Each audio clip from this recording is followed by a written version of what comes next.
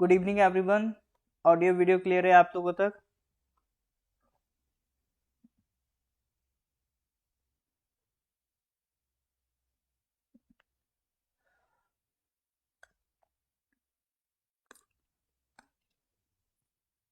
तो आज से सितंबर का करंट अफेयर्स हम स्टार्ट करेंगे, ठीक है एवरीवन? ऑडियो वीडियो क्लियर है आप लोगों तक? एक मिनट, ये फिर से रीओपन करना पड़ेगा मुझे।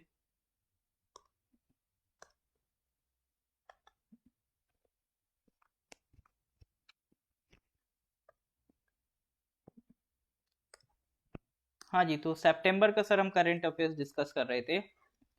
करीब करीब सर 50 क्वेश्चंस हमने कर लिए थे। उसके आगे आज हमें स्टार्ट करना था, ठीक है? आ गए हैं सब लोग क्लास में? ओके, चलो जी। तो आगे के स्टार्ट करें तो पहले कुछ क्वेश्चंस रिवाइज कर लेते हैं, चेक कर लेते हैं कितना याद है कितना नहीं है। तो जैसे क्वेश्चन नंबर 13 था, what is the name of cyber security exercise which was recently conducted by CERT? CERT एक इंस्टीट्यूशन है, एक ऑर्गेनाइजेशन इंडियन गवर्नमेंट की, जो साइबर अटैक से डील करती, कंप्यूटर इमरजेंसी रेस्पॉन्स टीम। तो उसने साइबर सिक्योरिटी की एक एक्सरसाइज कंडक्ट करवाई थी, उसका नाम पूछ रहा है। सिनर्जी, रेस्पॉन्स, अटैक, सुरक्षा।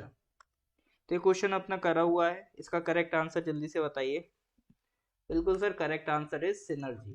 ठीक है, करेक्ट आंसर इज सिनर्जी। इस क्वेश्चन का आंसर दीजिए। What is the name of the 36th national games mascot which was recently unveiled by union minister Shri Amit Shah? What is the name of the 36th national games mascot which was recently unveiled by the union minister Shri Amit Shah? शेरा, गुज्जू, सवाज, प्रभु।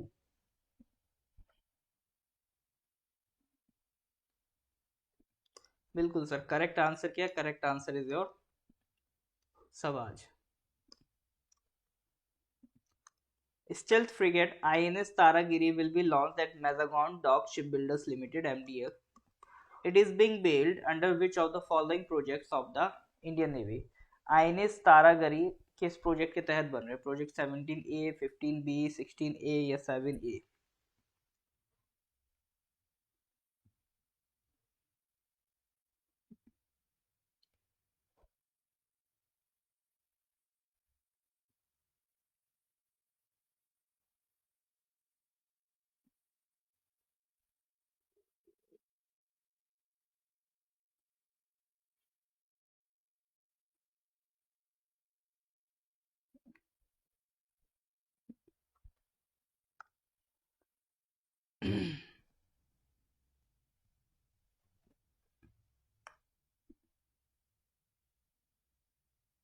हाँ जी sir, correct answer is, बिल्कुल correct answer था project 17A। हाँ, इसका बताइए। अभी ह्यूमन डेवलपमेंट इंडेक्स, ये क्वेश्चन बहुत इंपॉर्टेंट है।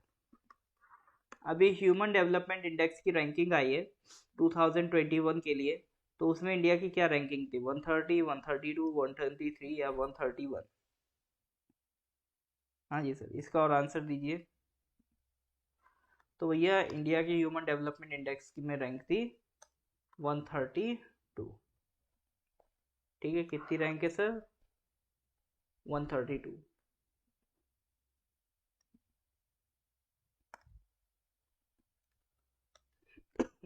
एक ऐप बना है आप प्रहारी, वाटर लॉगिंग की प्रॉब्लम रिजॉल्व करने के लिए।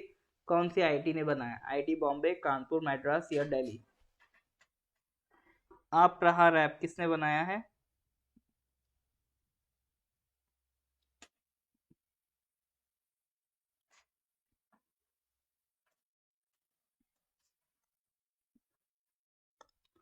हाँ जी, ये ऐप बनाया आपका आईआईटी दिल्ली ने। तो लास्ट क्लास तक हमने ये 50 क्वेश्चंस कंप्लीट कर लिए थे, तो इसके आगे आज हमें कंटिन्यू करना है। ठीक है, तो ये रहा आज का पहला क्वेश्चन आपके सामने। आज क्वेश्चन कंपैरेटिवली आसान है, ठीक है, आज ज़्यादा दिक्कत नहीं होगी, फैक्चुअल है। Recently, the military camp at Kibitu has been renamed as General Bipin Rawat Military Garrison. It is in which of the following states? Question देखो बिल्कुल सिंपल है। तो किबितू में एक मिलिट्री कैंप का नाम किसके नाम पर रखा गया है? जनरल बिपिन रावत। जनरल बिपिन रावत कौन थे? इंडिया के पहले chief defence of staff, first CDS of India. ठीक है, तो ये फैक्ट ध्यान रखिएगा। तो Kibithu is the eastern most village of India. Kibithu की अगर हम बात करें तो it is the eastern most village of India. अच्छा, किबितू कौन सी डिस्ट्रिक्ट में आता है? आपसे एक्सपेक्ट करता हूं आप बता देंगे। किबितू आपका सर कौन सी डिस्ट्रिक्ट में है? हाँ जी, अपना अरुणाचल, लेकिन कौन सी डिस्ट्रिक्ट में आपका किबितू? बिल्कुल सर, अंजौ। अंजौ किसके लिए फेमस है? अंजौ इज फेमस फॉर कार्डेमन्स। ठीक है, इलायची के लिए फेमस है। बड़ी जो इलायची आई थी उसके लिए अंजौ फेमस है। हाँ जी, तो सर किबितू है कहाँ पर? सर ये मिलेगा आपको अरुणाचल प्रदेश में, eastern most village of India. Next question number 52। Shanghai cooperation organisation summit, SCO summit हुई है अभी 2022 में। तो किस कंट्री में ये ऑर्गेनाइज, ये जो ये ये जो समिट है एससीओ 2022 किस कंट्री में ऑर्गेनाइज हुई है? Russia, China, Pakistan, Uzbekistan. देखो एससीओ से रिलेटेड अभी और भी क्वेश्चंस आपको मिलेंगे, क्योंकि ये मान के चलो सितंबर का हॉट टॉपिक था ये एससीओ समिट। तो इसमें और भी जो इम्पोर्टेंट चीज़ है वो वन बाय वन आपको अदर क्वेश्चंस के फॉर्म में मिलेंगी। तो एससीओ समिट को अच्छे से करके जाइए। ठीक है, ये इंपॉर्टेंट है आपके लिए, खास तौर से जो इंटरनेशनल रिलेशंस फॉलो करते हैं उनके लिए। तो बहुमत के साथ सबका आंसर यूनानिमसली गलत है। China is not the correct answer. देखो शंघाई लगा दिया तो इसका मतलब ये नहीं कि ये मीटिंग हमेशा शंघाई चाइना में होगी। ठीक है, सबका तुक्का गलत है। ये जो शंघाई कॉपरेशन ऑर्गेनाइजेशन ये ग्रुपिंग है, ये रीजनल ग्रुप है। ठीक है, तो इनकी हर साल मीटिंग्स होती हैं, उसको कहते हैं समिट्स। तो 2022 की जो समिट थी वो इनकी मेंबर कंट्री उज्बेकिस्तान में हुई। उज्बेकिस्तान की कैपिटल समरकंद, सॉरी कैपिटल नहीं है, तो उज्बेकिस्तान के शहर समरकंद में ही आपको देखने को मिलेगी। ठीक है,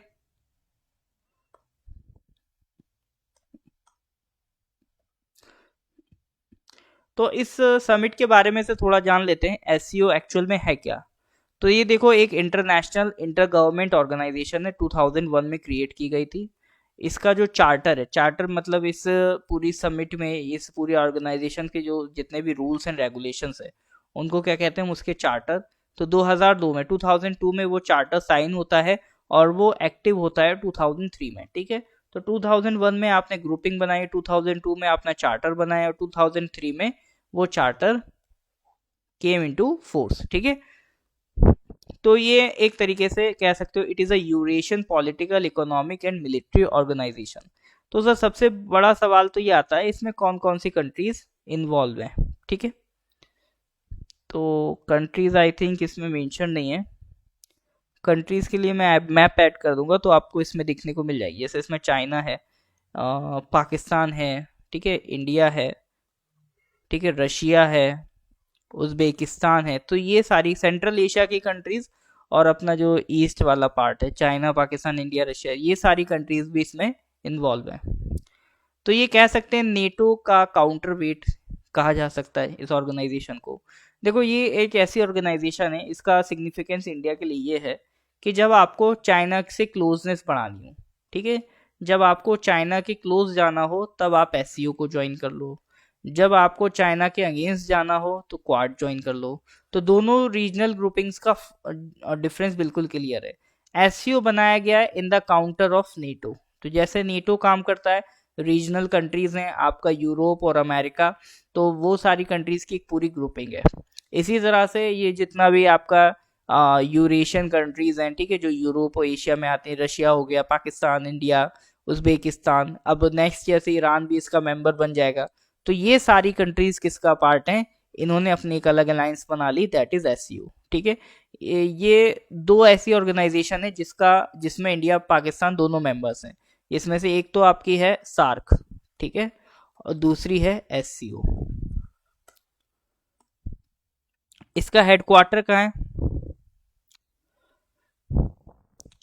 इसका हेडक्वार्टर या कह लो सेक्रेटेरिएट आपको बीजिंग में देखने को मिलेगा। ठीक है, एक इसी ऑर्गेनाइजेशन के तहत एक बॉडी क्रिएट की गई है, regional anti terrorist structure, RATS, regional anti terrorist structure. ठीक है, वो कहाँ मिलेगा? Tashkent. Tashkent is the capital of Uzbekistan. हर साल year by year by rotation इसकी चेयरमैनशिप डिसाइड होती है। तो जैसे कि 2023 इस साल का जो चेयरमैन था वो उज्बेकिस्तान था। नेक्स्ट ईयर 2023 इसका चेयरमैन कौन बनेगा? इंडिया बनेगा। ठीक है, तो India will chair the SCO summit in 2023। 2023 वैसे भी हमारे लिए इंपॉर्टेंट है क्योंकि G20 को भी इंडिया चेयर करेगा और SCO को भी इंडिया चेयर करने वाला है अगले साल। तो 2023 बहुत खास होना हमारे लिए। ठीक है, तो आपको फॉरेन रिलेशंस में काफी कुछ चेंज देखने को मिलेगा नेक्स्ट ईयर में। ठीक है, तो that was all about the SCO। तो SCO की short form Shanghai cooperation organisation, इसका हेडक्वार्टर बीजिंग में है। ठीक है, नेक्स्ट ईयर ईरान भी इसका मेंबर बन जाएगा, अभी फिलहाल नहीं है, तो नेक्स्ट ईयर से ईरान भी इसका मेंबर आपको देखने को मिलेगा शंघाई कोऑपरेशन ऑर्गेनाइजेशन का। ठीक है, तो यहां तक कोई डाउट है? इज दैट क्लियर और नॉट?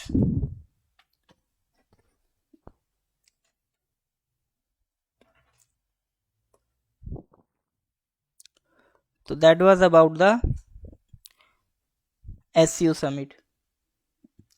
चलिए सर नेक्स्ट क्वेश्चन पे आते हैं, question number 53। Recently, the first national conference on sustainable coastal management was held in which of the following cities? Chennai, Kolkata, Bhubaneswar और Kochi. The first national conference on sustainable coastal management was held in which of the following city? Chennai, Kolkata, Bhubaneswar और कोची।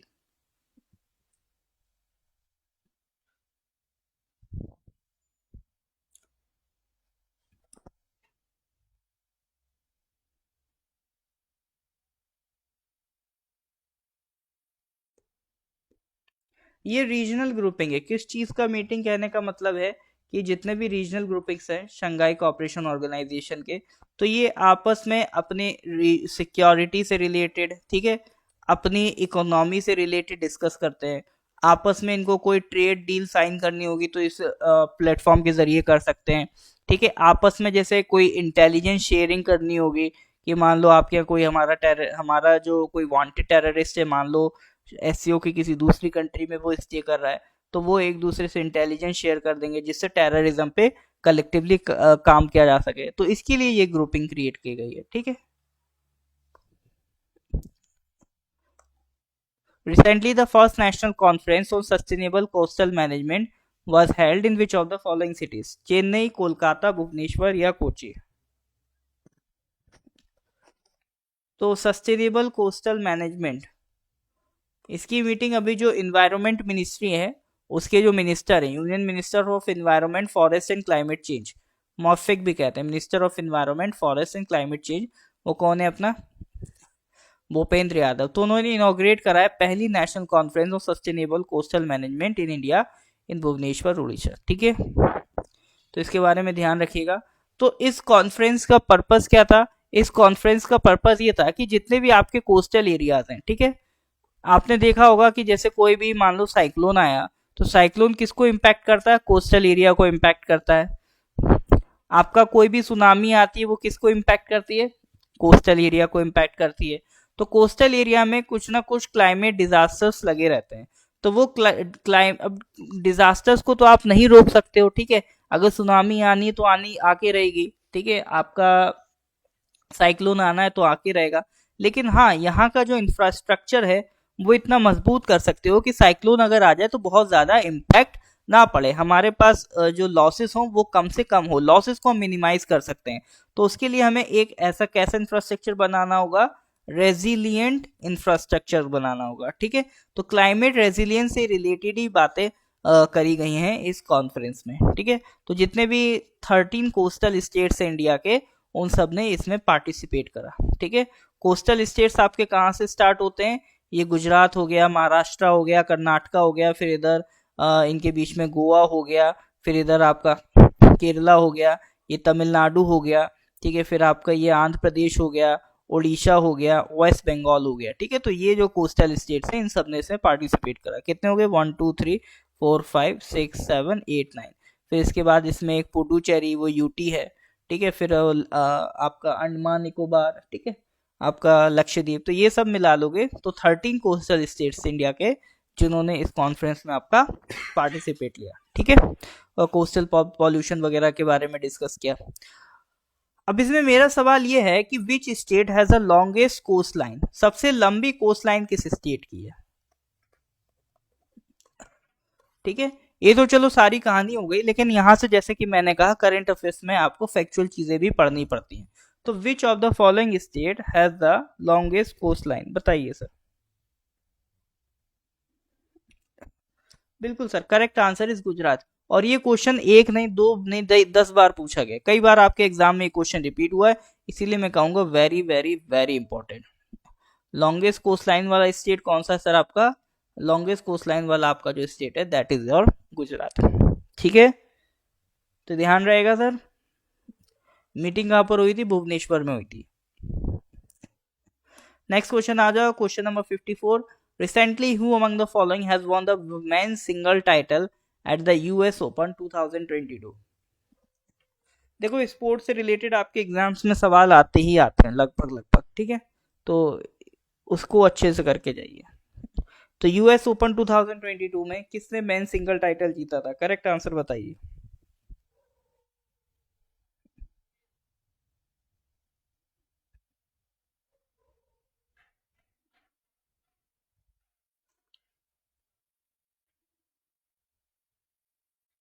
हाँ, smallest Goa कह सकते हैं। गोवा या पुडुचेरी, उन दोनों में से एक होगा।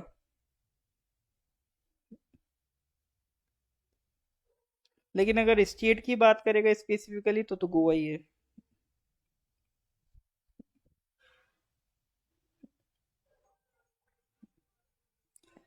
तो who among the following has won the men single title at the US Open 2022? Correct answer आप लोगों को पता है, कार्लोस अल्करेज, ठीक है, Carlos Alcaraz correct answer. Carlos belongs to which country? अब मेरा सवाल सर एक और है आपसे, कार्लोस जो है वो कौन सी कंट्री से बिलोंग करते हैं? हाँ जी सर, बताइए।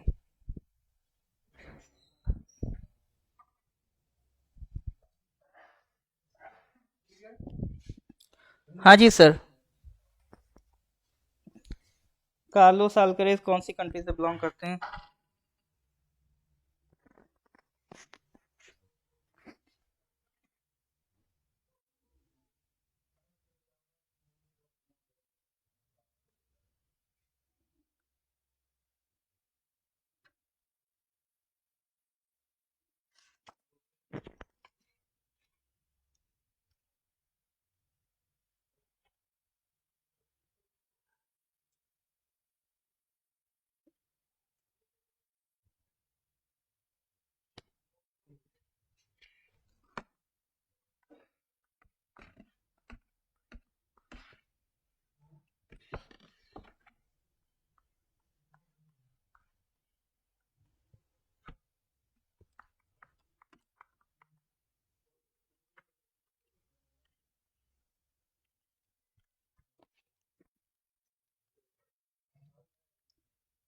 बताइए बाकी लोग।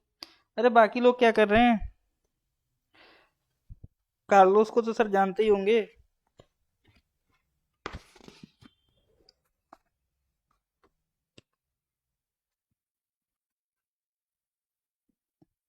बिल्कुल correct answer is Spain. Carlos Alcaraz belongs to Spain, ठीक है।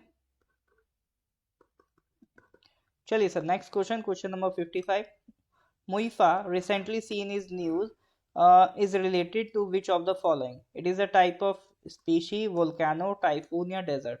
मुइफा अभी न्यूज में सुनने को मिला था, तो मुइफा है क्या सर? आज का तुक्का सब ठीक हो रहा है। चेलसा जी दिन है, अपने अपने कभी लग जाते हैं कभी नहीं लगते हैं। मेन चीज़ है देखो, कुछ भी टिक करो, अटेम्प्ट ज़रूर करो क्वेश्चन को। जो लोग अटेम्प्ट करते आ रहे होंगे उनको ये डिफरेंस फील हो रहा होगा कि एग्जाम में क्वेश्चन करेक्ट करने की प्रोबेबिलिटी आपकी डेफिनेटली बढ़ेगी। क्योंकि देखो, क्वेश्चन आना अलग चीज़ है, नॉलेज होना अलग चीज़ है, बट एग्जाम में क्वेश्चन अटेम्प्ट करना ना, it is a different thing. वो आप यहीं से सीखते हो, इसीलिए सारे क्वेश्चंस आपको मैं करंट अफेयर्स में कराता हूँ, वो सारे करंट अफेयर्स को क्वेश्चन के फॉर्म में कराता हूँ। अगर मैं सिंपल पढ़ा दूँ कि म्यूफा इज दिस, तो उसमें आपने क्या दिमाग लगाया, आपने तो सर सिंपली सुन के ख़त्म कर दिया। और जो ह्यूमन ब्रेन है वो इस तरह से ट्रेन होता है कि वो क्वेश्चनिंग से सीखता है, ठीक है। ये हमारा सिस्टम है। हम लोग, अगर आप सोचो कि आपको सिंपल डिपॉजिटरी बना के आपके अंदर इंफॉर्मेशन स्टोर करी जाए, तो आप उस तरह से फंक्शन करने के लिए बने ही नहीं हो। आप बने हो चीज़ों को कनेक्ट करने के लिए, कि दो चीज़ें आपने सुनी, तीसरी चीज़ आपने खुद क्रिएट कर दी, तीसरी चीज़ आपने खुद उससे कनेक्ट कर ली। तो इसी तरह से मैं पढ़ाता हूँ, ताकि आपको याद ना कराना पड़े, चीज़ें आप समझ जाओ। वो तब समझोगे जब आप कनेक्टिविटी बनाओगे, ठीक है। तो कई बार बहुत से कंसेप्ट, बहुत से फैक्ट्स आप अ, सुनकर नहीं बनाते हो, बहुत से फैक्ट्स आप सीखते हो क्वेश्चनिंग से। तो इसीलिए ये क्वेश्चंस रखे गए हैं, ताकि क्वेश्चंस पढ़ पढ़ के, क्वेश्चंस देख देख के आपके अंदर एक हैबिट बने, ठीक है। और एग्जाम में भी जाओ तो क्वेश्चन सही अटेम्प्ट करो, और यहाँ पे भी एटलीस्ट क्वेश्चन के थ्रू ही आप सीख जाओ, फैक्ट मजबूत कर लो। तो दो फायदे होंगे, इधर फैक्ट भी मजबूत हो रहा है क्वेश्चन के थ्रू, दूसरा अटेम्प्ट करने की भी एबिलिटी डेवलप हो रही है। लेकिन उसके लिए ज़रूरी है आपको कोई ना कोई एक ऑप्शन ज़रूर टिक करना है, ठीक है। भले ही गलत टिक करो, कोई दिक्कत नहीं है। कोई भी आपके घर पे इनकम टैक्स का छापा नहीं पड़ेगा गलत क्वेश्चन करने पे। लेकिन हाँ, एक सेंस ऑफ अंडरस्टैंडिंग ज़रूर बेटर होगा आपका, ठीक है। तो मुइफा की सर अगर हम बात करें, तो मुइफा एक टाइफून था, अभी चाइना में इसने हड़कंप मचा के रख दी थी मुइफा ने, ठीक है। तो इसलिए न्यूज में आया था। नेक्स्ट क्वेश्चन नंबर सर 56 बताइए। Recently, which of the following zoological park has secured the top rank in India among the large zoo categories in the Management Effectiveness Evaluation Report 2022? तो एक रिपोर्ट जारी की गई है, मैनेजमेंट इफेक्टिवनेस इवेल्युएशन रिपोर्ट 2022। इसने क्या करा, इंडिया में जितने भी जूलॉजिकल पार्क्स हैं, मतलब जितने भी जू हैं, उन सबको पहले कैटेगराइज करा कि मीडियम कैटेगरी, लार्ज कैटेगरी, और उनमें उनको रैंकिंग्स दी गई है। तो जो लार्ज कैटेगरी के जू हैं उसमें से टॉप रैंक किसको मिली है, ठीक है।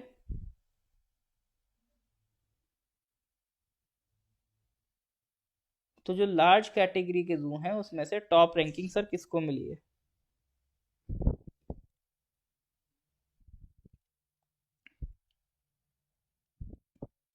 मैं देखो टाइम इसीलिए देता हूँ आपको, ताकि आप क्वेश्चंस को अटेम्प्ट करो, ठीक है। इसलिए नहीं देता हूँ कि आप थोड़ा सा रिलैक्स हो जाओ, चाय वाय पी लो। चाय वाय तो अपना पी सकते हो साथ ही साथ, ठीक है। क्लास करने बैठो, अपना नाश्ता वगैरह रेडी रखो, नाश्ता वगैरह होते रहना चाहिए।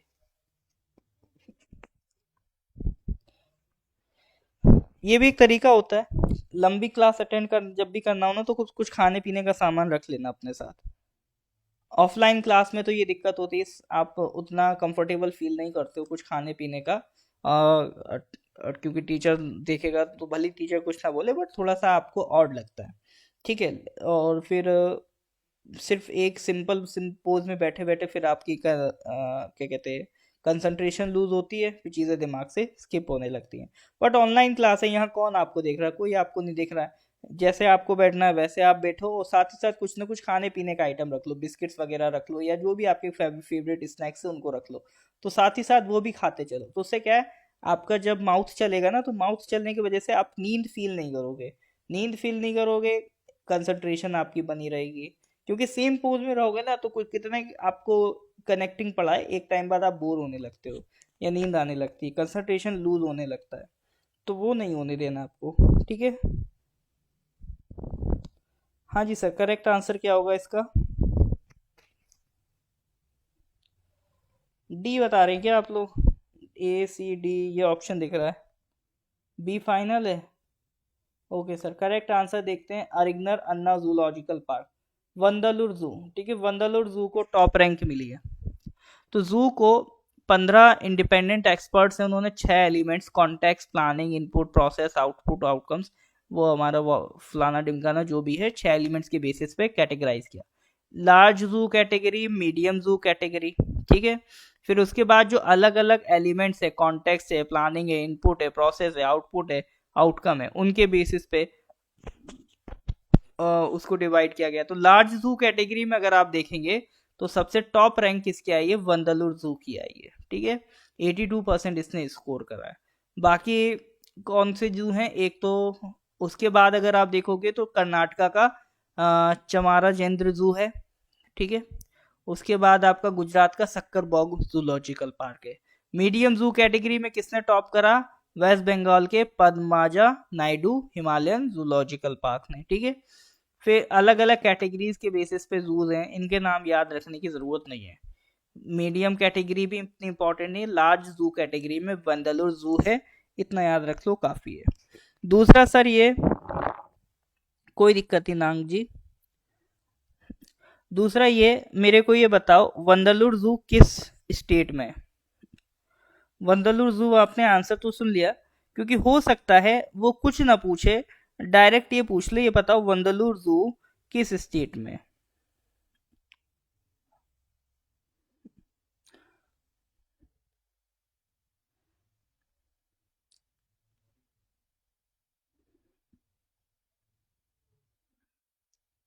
अब देखो इसमें एक टेक्निक है, अगर वो आपने कॉमन सेंस लगा दिया खट से बता दोगे।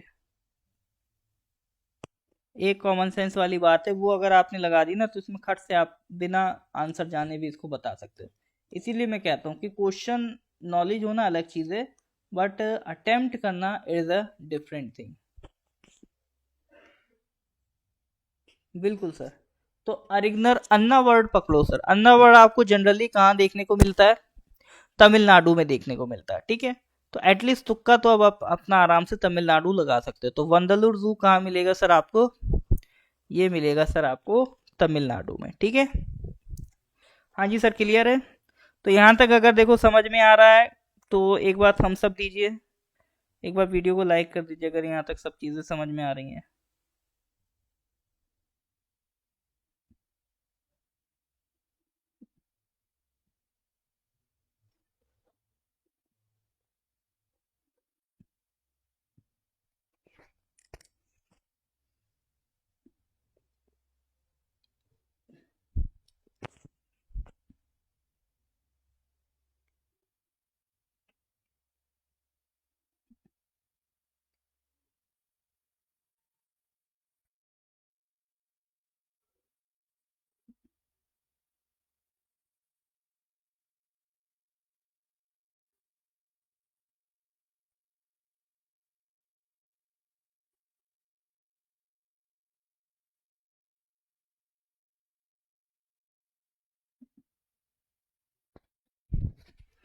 All right sir.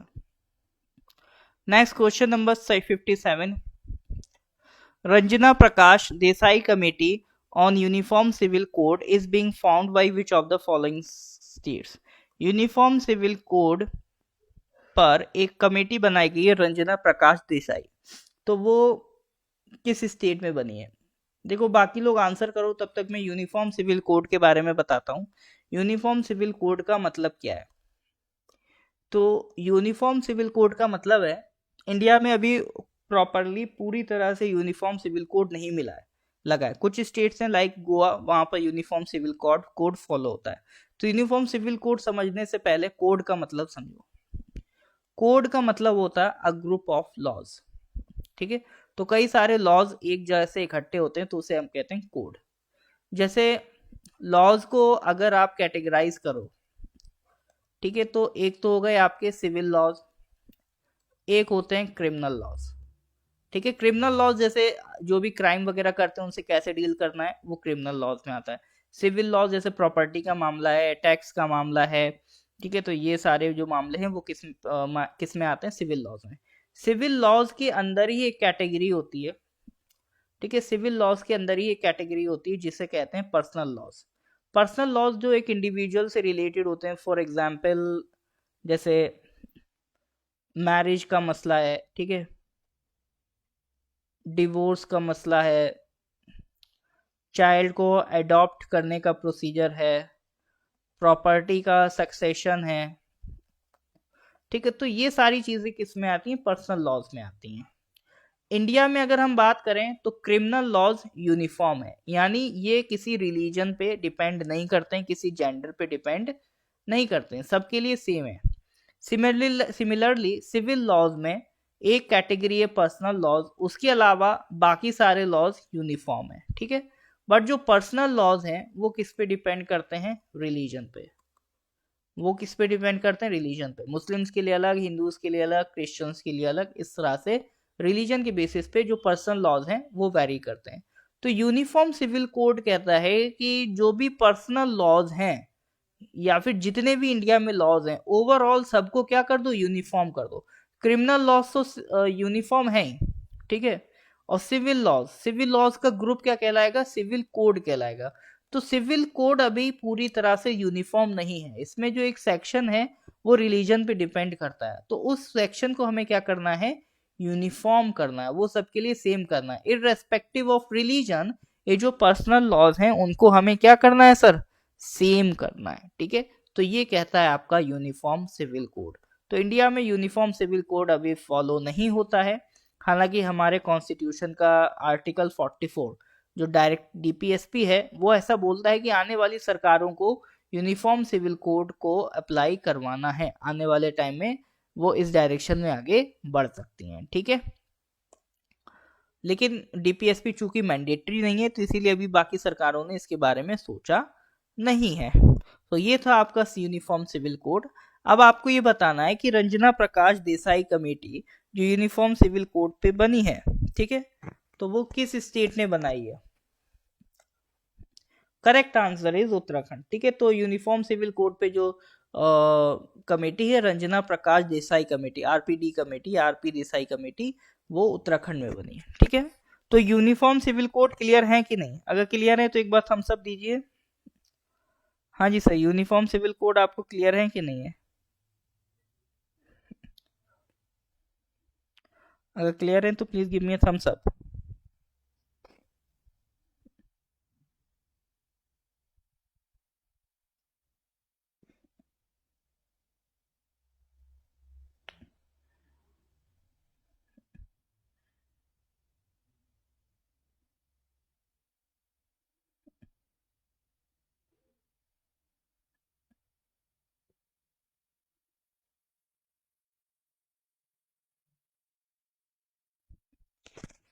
Alright sir, तो एक बार पूरा बैकग्राउंड भी देख लेते हैं कि ये यूनिफॉर्म सिविल कोड की कहानी कहाँ से स्टार्ट हुई है।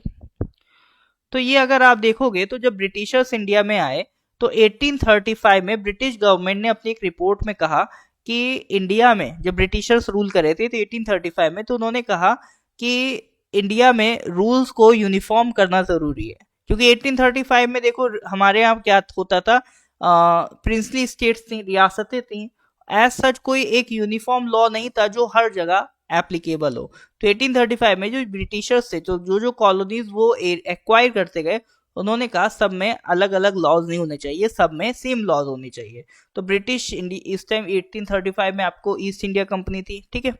तो ईस्ट इंडिया कंपनी को हिदायत दी गई ब्रिटिश गवर्नमेंट ने कि भैया जो लॉज हैं उन्हें यूनिफॉर्म करो, सारी लॉज यूनिफॉर्म करो सिवाय किसके, पर्सनल लॉज के। जो हिंदूज एंड और जो मुस्लिम्स हैं उनके पर्सनल लॉज को सेपरेट रखो इस कोडिफिकेशन से, लेकिन बाकी सारे लॉज को क्या करो, यूनिफॉर्म करो। फिर बाद में 1941 में बी एन राव कमेटी आई, तो बी एन राव कमेटी ने क्या करा, यूनिफॉर्म जो हिंदूज लॉ थे उनको क्या कर दिया, यूनिफाई करके एक हिंदू लॉ बना दिया। फिर इसी हिंदू लॉ के बेसिस पे 1956 में एक हिंदू सक्सेशन एक्ट बनता है, ठीक है, जो किसके लिए वैलिड है, हिंदूज के लिए वैलिड है, बुद्धिस्ट के लिए वैलिड है, जैन्स और सिख्स के लिए वैलिड है, ठीक है। फिर उसके बाद ये तो कहानी हो गई थी जहां पर पर्सनल लॉ सेपरेट चल रहे थे। लेकिन चूंकि डीपीएसपी के आर्टिकल 44 ने बोला है कि यूनिफॉर्म सिविल कोड होना चाहिए देश में, तो उसके लिए फिर आगे सुप्रीम कोर्ट ने भी अपनी कई जजमेंट्स में ये बात दोहराई है, जैसे आपका शाह बानो केस हो, सल्ला मुदगल केस हो, या जब ट्रिपल तलाक और पॉलीगैमी जैसे केसेस देखते हैं, जैसे मुस्लिम्स में more than one marriage allowed है, हिंदू में नहीं अलाउड है, तो ये सब क्या है, रिलीजन के बेसिस अलग होने पे पर्सन के राइट्स बदल गए, ठीक है। या मुस्लिम के राइट्स अलग है, हिंदूज के राइट्स अलग हैं, तो इनको यूनिफॉर्म करने की जरूरत है, ऐसा सुप्रीम कोर्ट कई बार बोल चुका है, ठीक है।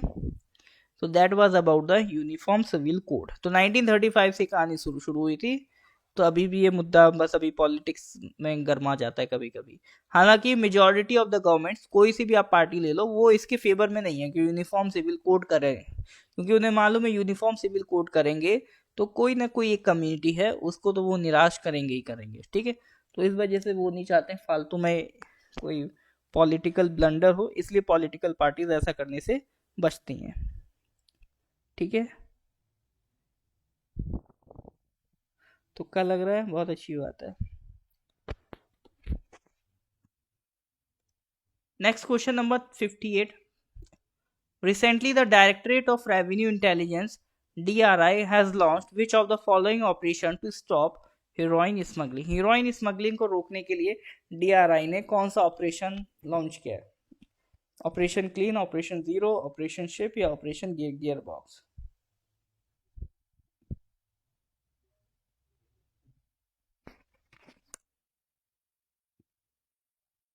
हाँ जी सर, बताइए।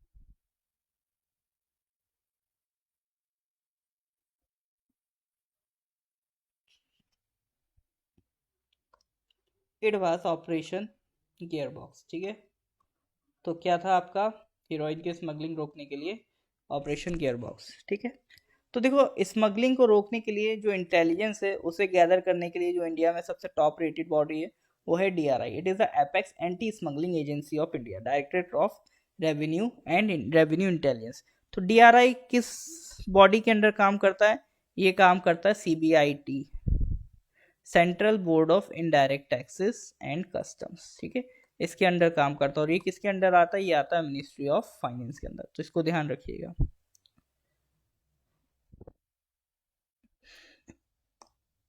Next question number 59। Recently which of the following countries has won the Asia cup 2022? अभी 2022 का एशिया कप किसने जीता था?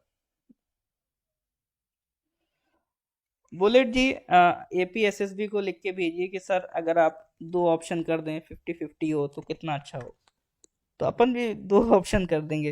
अब आपके एग्जाम में भी चार आते हैं, इसलिए अपन भी चार करके चल रहे हैं। ठीक है,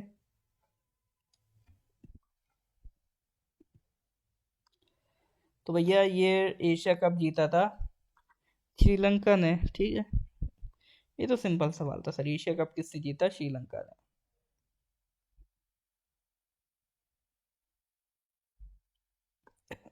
क्वेश्चन नंबर 60।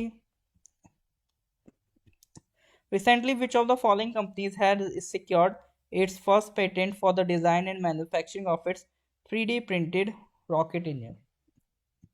बताइए, which of the following companies has secured its first patent for the design and manufacturing of its 3D printed rocket engine?